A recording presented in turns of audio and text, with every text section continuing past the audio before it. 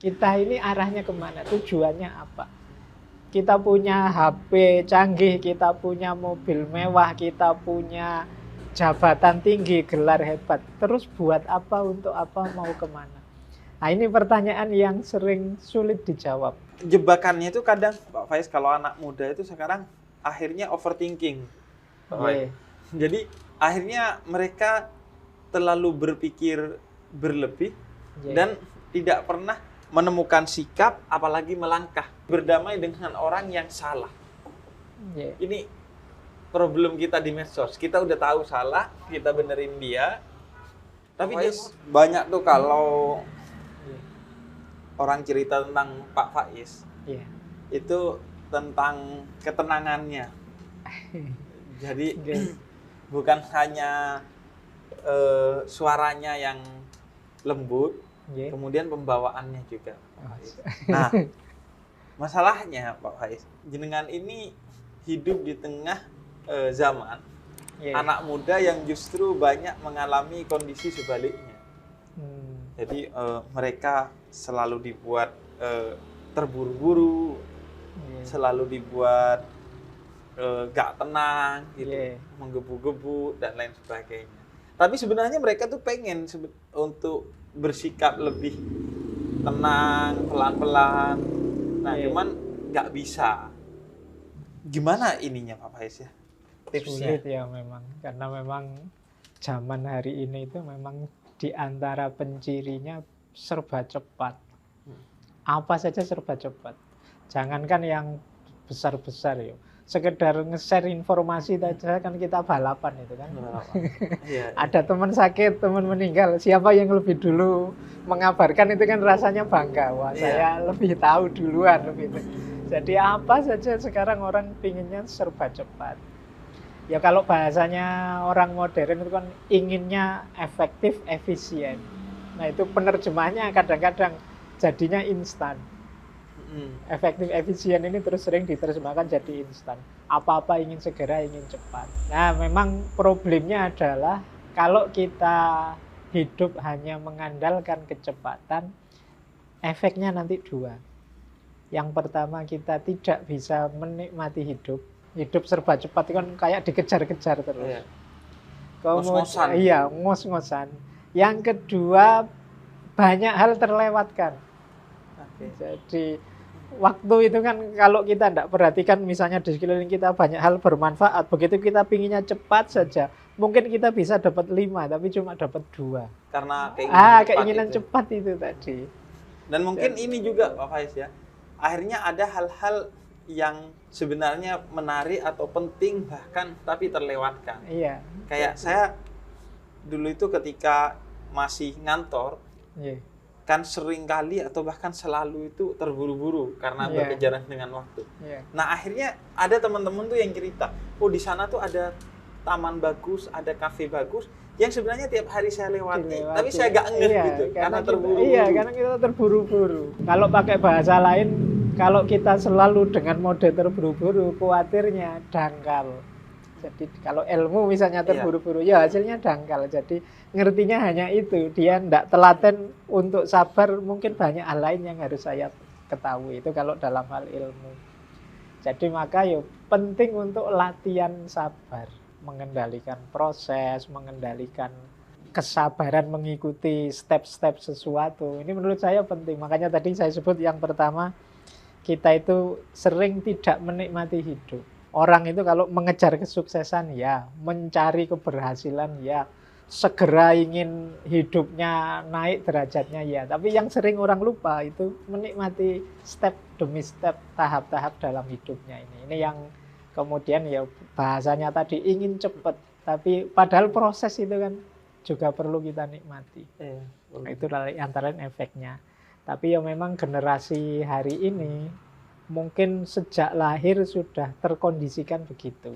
Beda zaman saya, mungkin termasuk era Habib ya. Zaman kecil itu kan masih banyak hal yang membuat kita ritmenya tidak secepat hari ini. Saya ngalamin era tidak ada listrik, kemudian ada listrik. Saya ngalami era tidak ada internet, kemudian ada internet. Mungkin zaman Habib awal-awal dulu kalau nulis ya ngetik biasa. Pakai mesin ketik. Ya, Terus komputer itu era zaman dulu MS-DOS sama yang pakai WordStar, saya masih ingat. Saya skripsi saya pakai WordStar Pentium dari yang paling awal sampai jadi yang kalau ngeprint itu satu halaman bisa 1 menit sendiri, krik, iya kan itu, iya.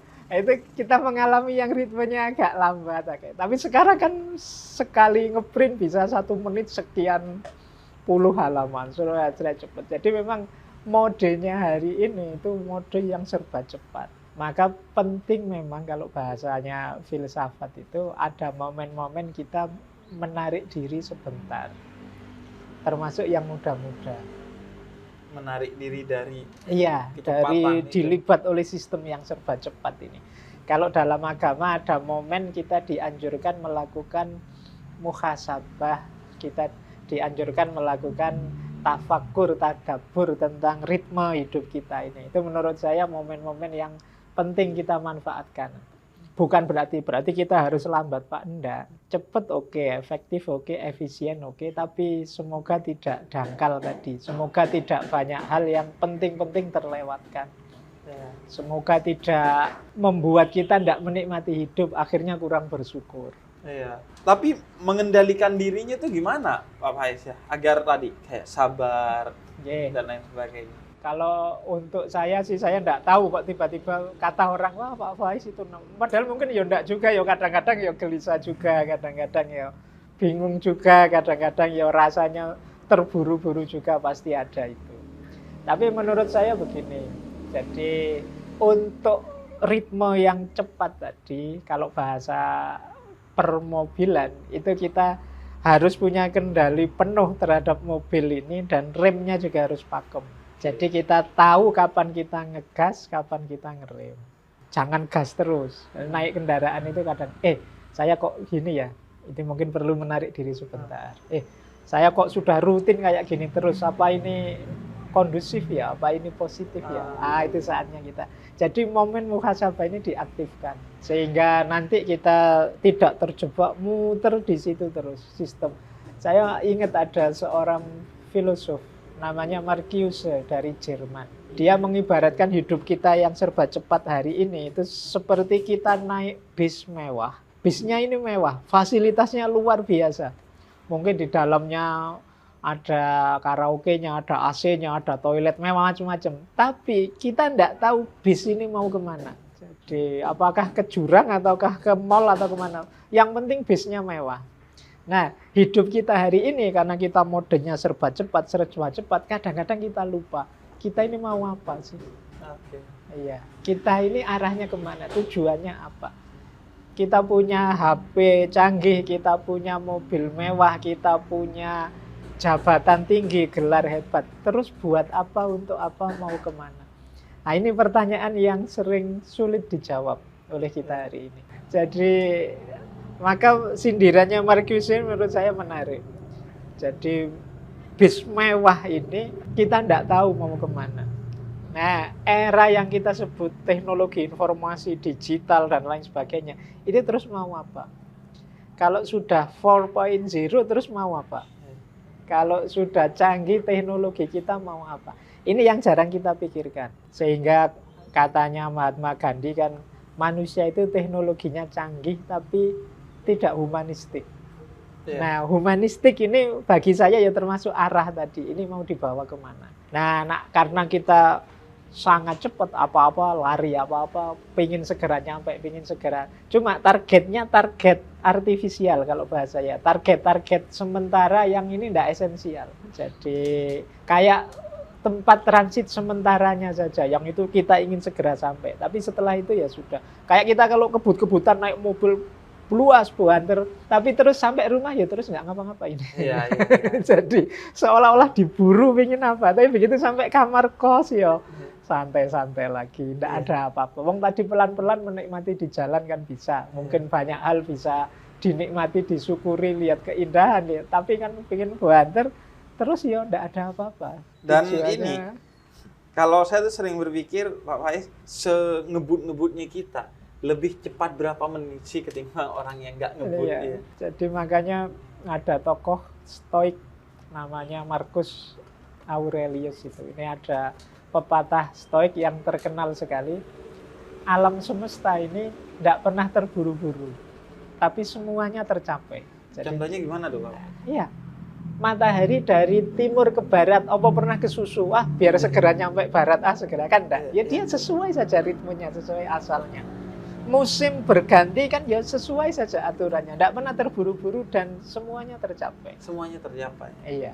Karena mereka sudah menjalani sesuai dengan tujuan itu. Ada tujuannya, dia tahu mau kemana, dan untuk ke sana dia butuh kecepatan sekian dan lain sebagainya. Jadi dia ngerti pola yang harus dia jalani. Jadi sebenarnya tadi yang Pak Faiz singgung ya, Pak Faiz, yang terpenting itu kedaulatan diri, sehingga kita bisa mengukur jadi seharusnya ini berapa lama. Sering saya bilang kuncinya orang hidup itu 2.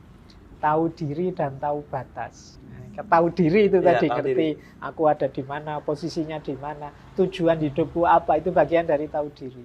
Besok mau apa dan lain sebagainya. Yang kedua tahu batas. Jadi tahu batas itu kita bisa mengendalikan keinginan-keinginan kita. Kita bisa ngontrol diri kita sepenuhnya, itu bagi saya tahu batas. Banyak kegelisahan kita hari ini justru sebabnya adalah kita lupa batas kita. Tidak tahu entah itu terlalu rendah atau terlalu tinggi. Jadi kalau ingin bahagia bagi saya ya kuncinya 2 tadi. Tahu diri dan tahu batas. Ngomongin tujuan tuh kan kalau di filsafat ada teleologis ya, Pak Faiz ya, tentang bagaimana pentingnya tujuan, menentukan tujuan. Nah kita itu kan anak muda sering ya jalani aja gitu. Sehingga sering dari milih jurusan kuliah salah karena sekedar jalani aja, milih istri salah padahal ini fatal seumur hidup. Terus milih pekerjaan juga kadang salah karena ya dijalani dulu nanti. Nah itu menentukan tujuan kalau kayak kita mau dari filsafat tuh apa sih Pak Faiz? Jadi ada satu filosofi yang saya suka, salah satu favorit saya dari Kanjeng Sunan Kalijogo. Jadi menurut saya ini menarik untuk jadi cara kita menetapkan tujuan. Kalau bahasanya beliau, angeli ananging ora keli. Apa tuh? Angeli itu kita mengalir, seperti anak-anak tadi. Tapi ora keli, tidak tenggelam. Jadi tidak tenggelam itu berarti kita tidak sekedar air kemana kita ke situ. Jadi kita mengalir ikut arus, tidak melawan arus. Melawan arus itu mungkin anti dengan situasi hari ini, anti kemajuannya, anti teknologi. Ini melawan arus, berat itu kalau ikuti. Tapi kita punya prinsip. Ora keli itu berarti kita tidak mengalir saja. Kita dengan mengalir itu kita menetapkan tujuan. Tapi tujuan yang tidak melawan arah. Tujuan yang menyesuaikan dengan situasi peradaban sekeliling kita. Jadi berarti dibutuhkan 2 keahlian, memahami situasi dan memahami diri. Memahami situasi tadi untuk mengalir, biar kita tahu ini zamannya memang zaman seperti ini. Nah, ora keli tadi berarti kita memahami diri. Aku punya prinsip, aku punya target, aku punya idealisme, aku punya ini untuk biar kita enggak sekedar ikut saja. Jadi kalau prinsipnya hanya mengalir saja, ikut saja, ya kalau pas alirannya beres membawa kita ke yang baik-baik. Kalau alirannya negatif, kita terbawa ke yang negatif. Nah itu tujuan itu kita pelajari, Pak Faiz, atau kita menentukannya?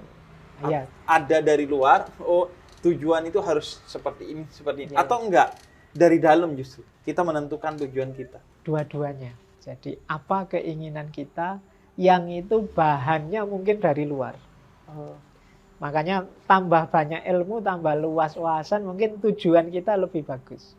Misalnya kita belajar ini, belajar itu, terus akhirnya kita, kalau begitu tujuan hidupku yang bagus itu ini.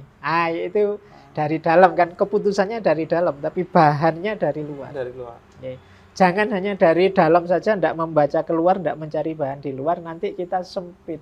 Atau hanya nyari luar saja tanpa pendirian, nanti akhirnya kita bingung sendiri. Tadi itu, ngalir ke tempat yang tidak jelas. Tapi ke tempat tidak jelas tadi. Makanya penting menurut saya, dari luar semua itu pelajaran-pelajaran. Terus keputusan milih itu di kita.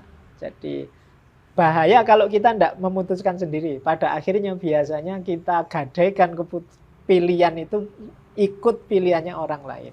orang lain begitu berarti saya baik begitu. Wah, itu bahayanya kadang-kadang tidak cocok dengan kita. Biasanya melahirkan kegelisahan-kegelisahan, kerumitan-kerumitan hidup karena ternyata yang kita target itu tidak nyambung dengan situasi kita. Bahaya juga kalau kita tidak mau yang luar sama sekali yang tadi.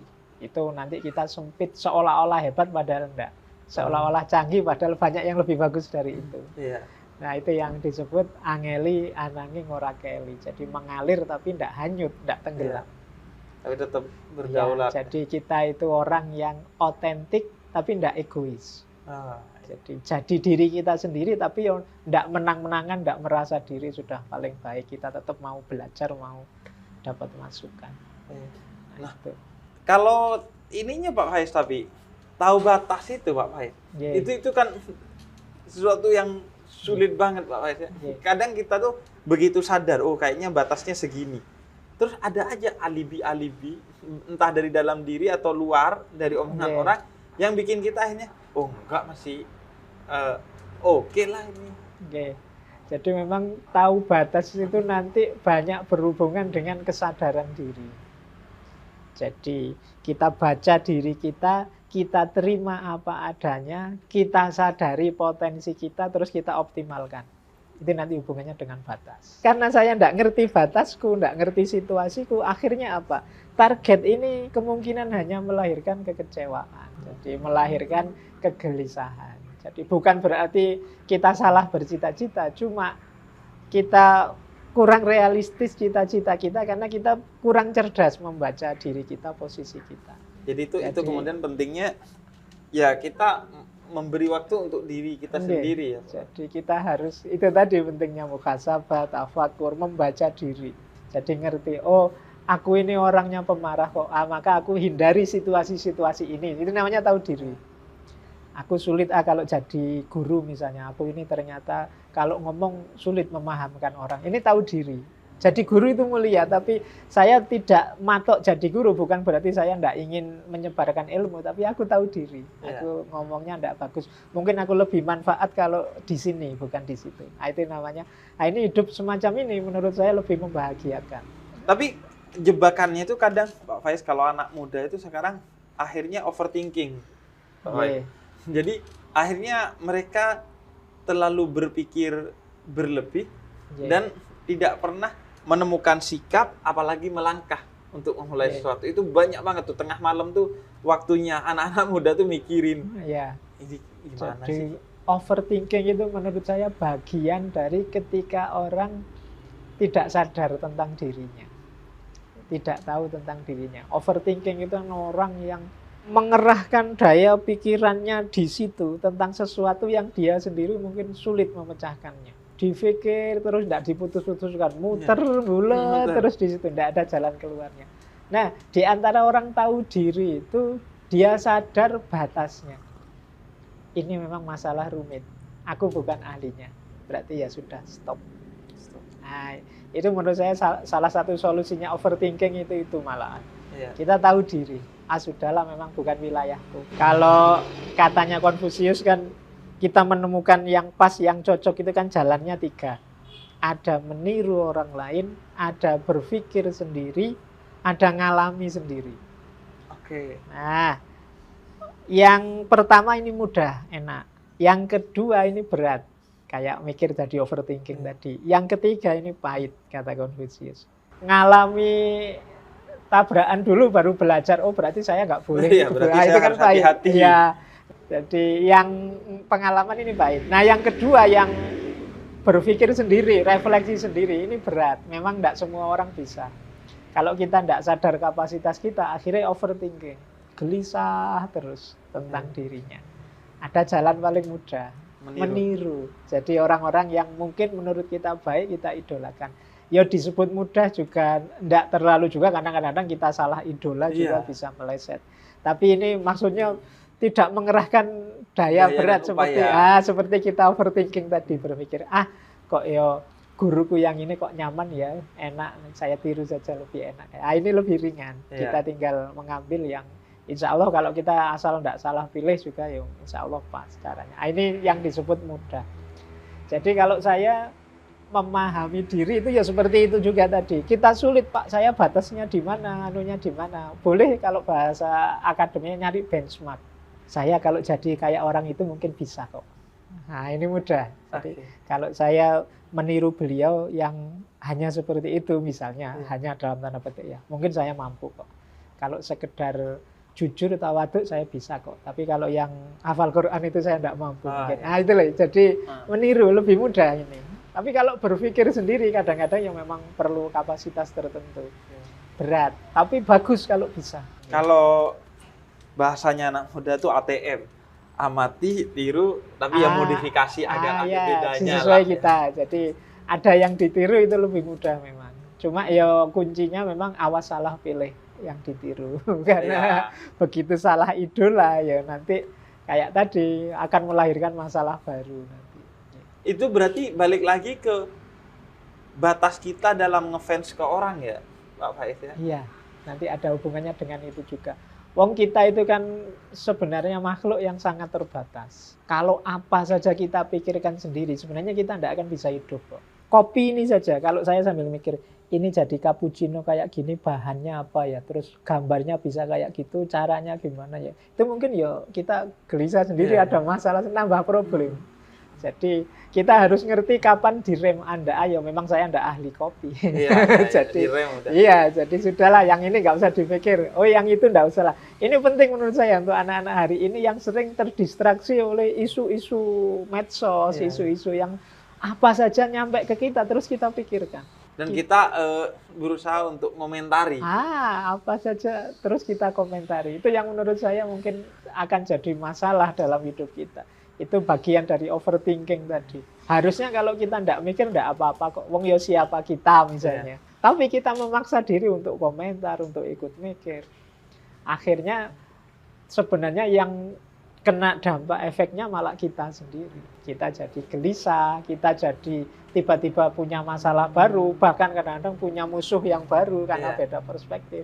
Nah, itu karena kemampuan rem tadi yang kurang pakem. Jadi ada kalanya kita begitu ada isu, oh ini bukan wilayah saya, ya sudah. Ada kalanya gitu saja. Mungkin banyak hal justru lebih baik begitu. Kalau saya bilangnya kalau kita sering overthinking, jangan-jangan kita ini bakat untuk sekolah filsafat. Karena filsafat itu kan mikirin sesuatu yang menurut orang berlebihan. Ngapain kamu mikirin hal-hal begitu? Bisa begitu juga. Atau juga sebenarnya enggak filosofis. Enggak filosofis. Iya, karena filsafat itu cinta kebijaksanaan. Kebijaksanaan itu orang yang ngerti kapan maju, kapan mundur. Itu bijaksana. Kapan harus berhenti, kapan harus lanjut. Sehingga ya nggak akan overthinking. Iya, nggak akan overthinking. Jadi makanya kalau ada orang, wah filosof itu ngeyelan, nggak bisa kalah kalau debat. Kalau ada orang sangat ngeyelan, bagi saya malah bukan filosof.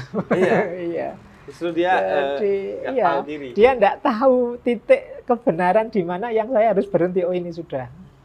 Jadi kalau orang ngeyel itu kan salah benar, dia ingin menang.